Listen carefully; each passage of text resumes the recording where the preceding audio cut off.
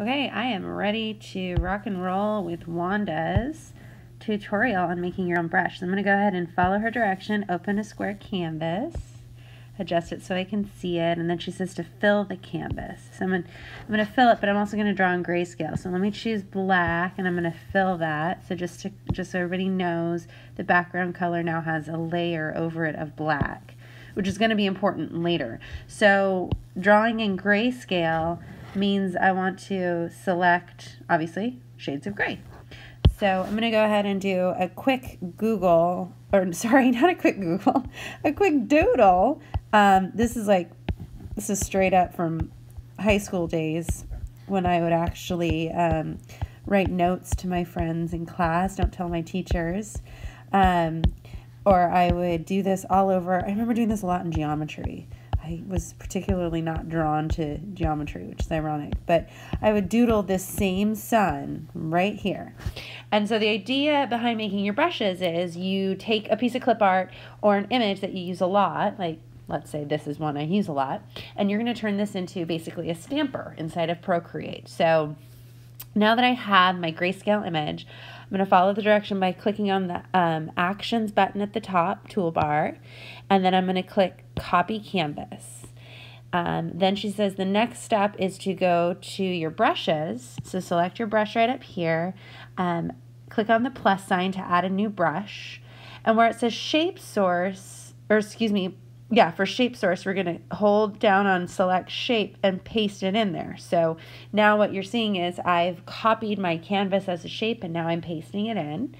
And then where it says grain source, you hold down and you swap from your Pro library and you're going to scroll until you see blank.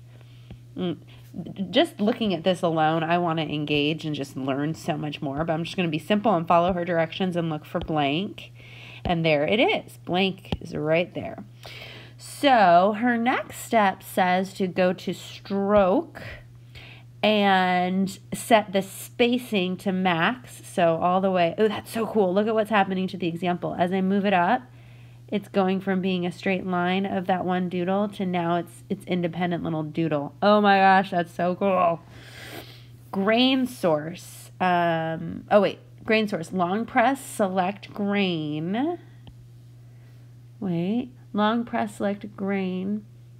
Oh, I was on the wrong, sorry. Okay, well, back up. So I was on stroke. I got mixed up there.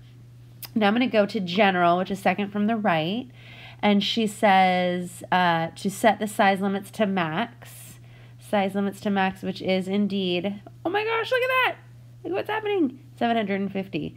Whoa, the max here is like 1200%. So I'm going to get it back down. Oh, about 700, whatever. I'm just going to go max. I'm not going to be scared. Don't be scared, Kate. You can't break it. So then I'm going to click on Untitled Brush, and I'm going to name this brush so that I can find it easily. So this is my sun doodle. I'm going to click Done, and I'm going to test it. So she says to go back to your gallery, open a new canvas, and assuming that I have that pen selected, which I do, now I can choose any darn color I want. Ah! And there's my stamper. So as you change your color, your stamp changes color. Oh, that's very satisfying. So purple, right? You can make it bigger, smaller. Love it. One other workaround, or one other thing that I found too, and this is just like an added bonus, which I'm going to throw in here. I'm going to go ahead and clear this layer. So if I wanted to like recreate my stampers now, you can actually duplicate the brush you just made with all those settings. You don't have to do this multiple times.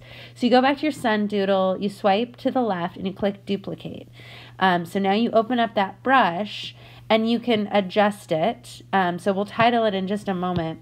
But what I'm going to do for my source is instead of using the shape source that I draw, let's say there's like a logo that you use a lot or a particular icon that you've traced and you brought over, or even one that you just want to use. So you can insert a photo, and what I've done is I've actually like taken the Google photo or the Google G. Notice it's coming over in grayscale, which is what it is. But now what I've done, I'm going to go ahead and name this, oops, wait for it. Trying to rename it. There we go. rename this the Google G. Oops.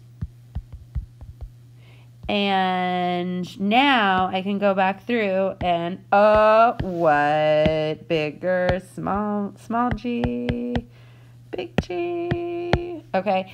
And you can obviously change the colors as you see too. So much fun. Thank you so much, Wanda.